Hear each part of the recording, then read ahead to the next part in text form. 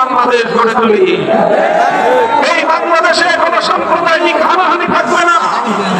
এই বাংলাদেশে কোনো ফাঁসিবাদের জায়গা হবে না। এই বাংলাদেশে আর কোনো কোরআনের কোনো মাহফিলে 144 জারি হবে না। বাংলাদেশের আর কোনো কোরআনের মাহফিলে বাধা দেওয়া হবে না। বাংলাদেশে কোনো আলেম ওলামাকে নির্যাতন করা হবে না।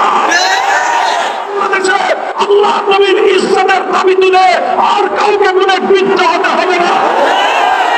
বাংলাদেশে বৈষম্যের বিরুদ্ধে স্লোগান তুলে আর কোনো ছাত্রকে প্রাণ দিতে হবে না।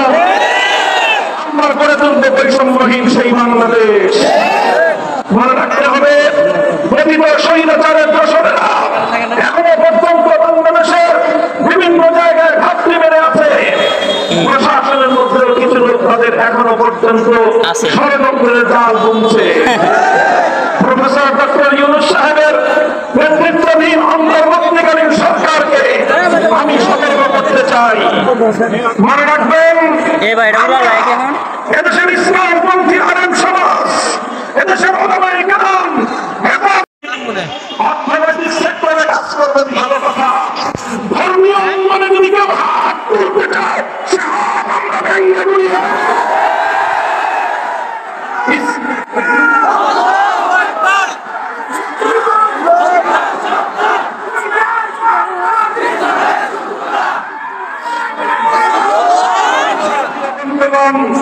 ইনশাআল্লাহ এভাবেই বৈষম্যহীন সমাজ আমরা গড়ে তুলব, ইসলামী সমাজ গড়ে তুলব। ইসলাম মানেই হলো বৈষম্যমুক্ত সমাজ ব্যবস্থা। আপনাদের জমিনে যদি বৈষম্যহীন পূর্ণাঙ্গ ইনসাফ কায়েম করতে চাও, মানব প্রতিতন্ত্র দিয়ে হবে না। আল্লাহর জমিনে আল্লাহ প্রদত্ত আল্লাহর খিলাফতের বন্দোবস্ত কায়েম করতে হবে। এজন্য খিলাফতের বাংলাদেশ গড়ে তুলতে প্রস্তুত থাকতে হবে। রাজি আছেন তো আপনারা ইনশাআল্লাহ? মহল্লায় মহল্লায়, প্রত্যেকটি উপজেলায় থানায়, ইউনিয়নে ওয়ার্ডে ওয়ার্ডে বাংলাদেশ খিলাফত মজলিস, যুব মজলিস, ছাত্র মজলিসের দুর্গ গড়ে তুলতে হবে। মাওলানা খালেদ রহমতুল্লাহ আলাইহির এই পুণ্যভূমি থেকে ইনশাআল্লাহ ইসলামের যে যাত্রা শুরু হয়েছে, আমরা সেই যাত্রাকে গন্তব্য পর্যন্ত পৌঁছে দেব ইনশাআল্লাহ। আগামী দিনের খিলাফত প্রতিষ্ঠানের সংগ্রামে থাকবেন তো আমাদের সাথে। যদি আল্লাহর নবীর ইজ্জতের হেফাজতের জন্য আমার সাপলা চত্বরে যেতে হয়, কারা কারা যাবেন?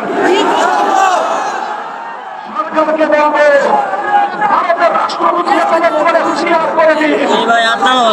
ভারতের রাষ্ট্রপতিকে তলব করে আমার নবীর ইজ্জতের বিরুদ্ধে কটূক্তি করার জন্য সতর্ক করে দিন। যদি সেটা করতে ব্যর্থ হন, তাহলে ভারত যদি এভাবে একের পর এক ঘটনার মধ্য দিয়ে আমাদের নবীকে কটূক্তি করতে থাকে, প্রয়োজনে ভারতের বিরুদ্ধে উন্নয়নের সম্পর্ক ছিন্ন করুন। ওরা আমাদের নবীকে গালি দিবে, আর আমরা ওদের কাছে ইলিশ মাছ রপ্তানি করবো। এই প্রান্তিটি বাংলাদেশের মানুষ সহ্য করবে না। হেফাজত করতে গিয়ে আমরা পেটে পাথর বাঁধবো।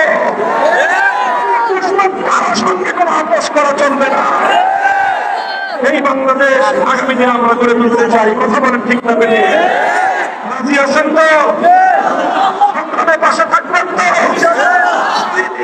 আমাদের সঙ্গে জমায়েত হবেন তো?